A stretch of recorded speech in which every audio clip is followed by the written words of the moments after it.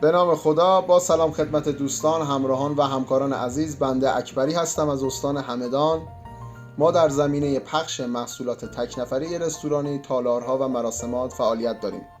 محصولات ما از قبیل زیتون پرورده تک نفره، انواع شوریجات، انواع ترشیجات، لبنیات، رب گوجه فرنگی، آب معدنی و غیره که در مراسمات، تالارها و رستوران‌ها مورد مصرف هستند فعالیت داریم.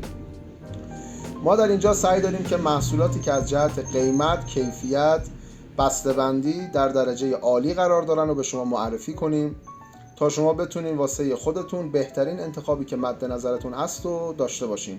و گاهن هم طرز تهیه بعضی از محصولات مثل زیتون پرورده رو واسهتون به اشتراک میذاریم تا اینکه واسه خودتون یه محصولی که مد نظر دارید و در بازار وجود نداره و کیفیتی که مد نظر خودتون هست داشته باشین و مصرف کنین. ممنون از اینکه حمایتم میکنید. خیلی ممنون.